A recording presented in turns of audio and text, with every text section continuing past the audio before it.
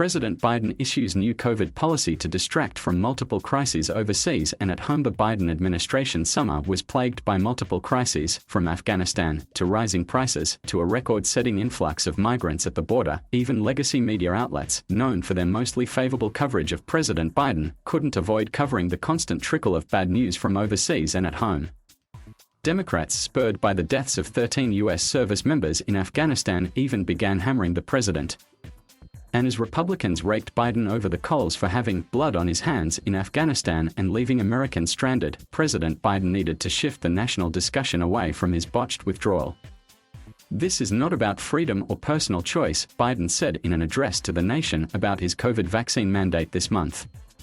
"It's about protecting yourself and those around you, the people you work with, the people you care about, the people you love. My job as president is to protect all Americans." The announcement set off a media frenzy, as up to 100 million workers could be affected by the mandate.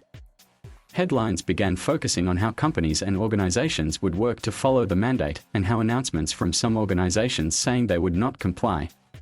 Republican lawmakers declared the mandate unconstitutional, and healthcare and government employees took to the streets to protest.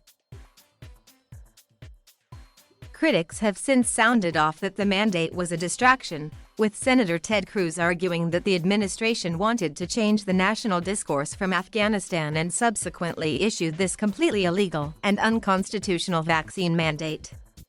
But Biden's woes didn't end with the withdrawal from Afghanistan.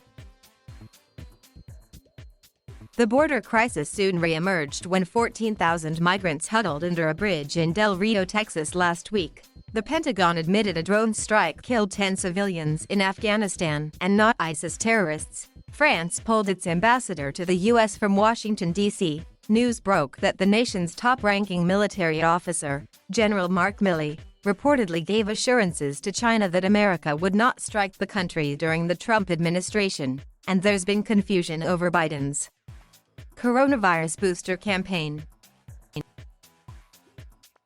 Just days after news of the Del Rio border crisis and the botched drone strike dominated headlines, the Biden administration announced new COVID travel requirements Monday for foreign nationals entering the U.S., ordering them to be vaccinated before coming to the country. And as outrage mounted over the claim that Border Patrol agents were using whips on Haitian migrants, CDC Director Rochelle Walensky overruled an agency advisory committee on Friday, saying the COVID booster shot will also be available to healthcare workers and others with high exposure to the virus, after an FDA panel rejected distribution of the booster shots to the general public last week. The move put her on defense, and she told the media her agency is absolutely following the science after concerns that Biden's administration was backtracking on the vow to listen to health experts during the pandemic. As the various troubles mounted for Biden, critics escalated criticism that his administration is distracting away from negative press. Senator Josh Hawley sounded off after reporters were denied questions in the Oval Office during Biden's meeting with UK Prime Minister Boris Johnson, slamming congressional Democrats for defending Biden's evasion, distraction, and outright lies. And even when the news cycle intensified last week with more losses for the administration, Biden had a long weekend on a Delaware beach, which critics latched onto as evidence of having an absent president. But Biden has stayed on message about vaccines, and told the nation on Friday he will receive the booster shot, and also directed focus on admonishing the over 70 million Americans who have failed to get a single shot. There are elected officials actively working to undermine with false information the fight against COVID-19. This is totally unacceptable, Biden said.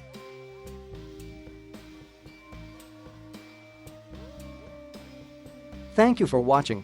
Please subscribe.